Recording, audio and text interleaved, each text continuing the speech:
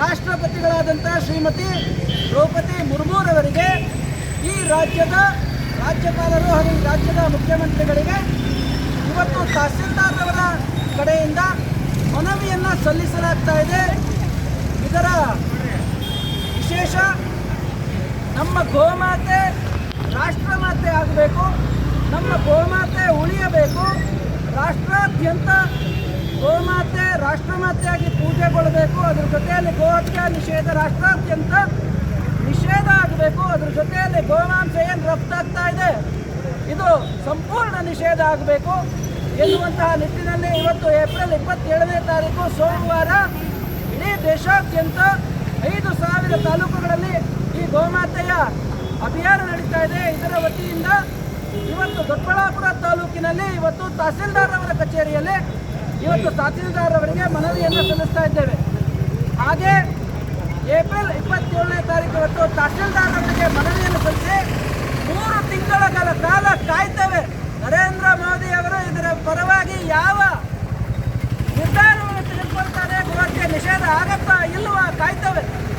ಇದರ ಜೊತೆಗೆ ಜುಲೈ 27ನೇ ತಾರೀಕು ನಮ್ಮ ಎಲ್ಲ ಜಿಲ್ಲೆಯ ಜಿಲ್ಲಾಧಿಕಾರಿಗಳಿಗೆ ಇದೇ ರೀತಿಯಾಗಿ ಸಹಿ ಸಂಗ್ರಹ ಮಾಡಿ ಅಭಿಯಾನವನ್ನು ಮಾಡಿ ಅವತ್ತೂ ಕೂಡ ಮನವಿಯನ್ನು ಸಲ್ಲಿಸ್ತೇವೆ.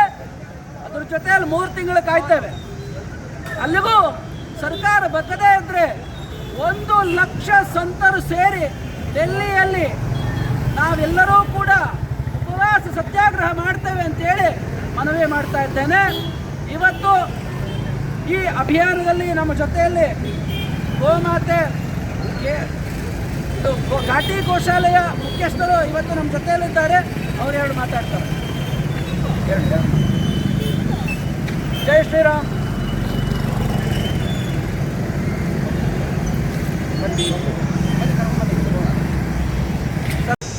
ಎಲ್ಲರಿಗೂ ನಮಸ್ಕಾರ. ಎಲ್ಲ ಗೋಪ್ರೇಮಿಗಳು, ಗೋರಕ್ಷಕರು, ಗೋಬಂಧುಗಳು ಮತ್ತು ಎಲ್ಲ ಹಿಂದೂ ಸನಾತನಿಗಳು ದೊಡ್ಡಬಳ್ಳಾಪುರದ ತಾಲೂಕು ಆಫೀಸ್ ಕಚೇರಿಯಲ್ಲಿ ಬಂದು ಸಹಿ ಸಂಗ್ರಹ ಗೋಮಾತೆ ರಾಷ್ಟ್ರಮಾತೆ ಆಗಬೇಕು, ಗೋಹತ್ಯೆ ನಿಷೇಧ ಆಗಬೇಕು ಅಂತೇಳಿ ಇವತ್ತು ಸಹಿ ಸಂಗ್ರಹವನ್ನು ಮಾಡಿ ತಹಸೀಲ್ದಾರ್ ಅವರ ಕಚೇರಿಯಲ್ಲಿ ಇವತ್ತು ತಹಸೀಲ್ದಾರ್ ಅವರನ್ನು ಭೇಟಿಯಾಗಿ ಮನವಿಯನ್ನು ಸಲ್ಲಿಸಲಾಯಿತು. ಇವತ್ತು ನಾವು ಇನ್ನು 3 ತಿಂಗಳ ಕಾಲ ಕಾಯಬೇಕಾಗಿದೆ.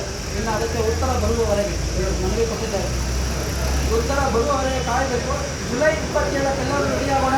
ಮತ್ತೊಂದಿನವರೆಗೆ ಜುಲೈ 27ರವರೆಗೆ ನಮ್ಮ ಎಷ್ಟು ಸಹಿ ಸಂಗ್ರಹ ಆಗಲಿಕ್ಕೆ ಸಾಧ್ಯ ಇದೆ ಅಷ್ಟು ಗೋಮಾತೆ ರಾಷ್ಟ್ರಮಾತೆ ಆಗಬೇಕು, ಗೋಹತ್ಯೆ ನಿಷೇಧ ಆಗಬೇಕು ಅಂತೇಳಿ ಸಹಿ ಸಂಗ್ರಹವನ್ನು ಮಾಡೋಣ ಅಂತ ಹೇಳ್ತಾ, ಮತ್ತು ಎಲ್ಲರೂ ಕೂಡ ಗೋಮಾತೆ ರಾಷ್ಟ್ರಮಾತೆ ಆಗಲಿ ಅಂತೇಳಿ ಮನೆಯ ಪ್ರಚಾರ ಎಲ್ಲರೂ ಮಾಡಿ ಅಂತ ಹೇಳಿ ಕೇಳ್ಕೊಳ್ತಾ ಈ ಮಾತನ್ನು ತಿಳಿಸ್ತೇನೆ.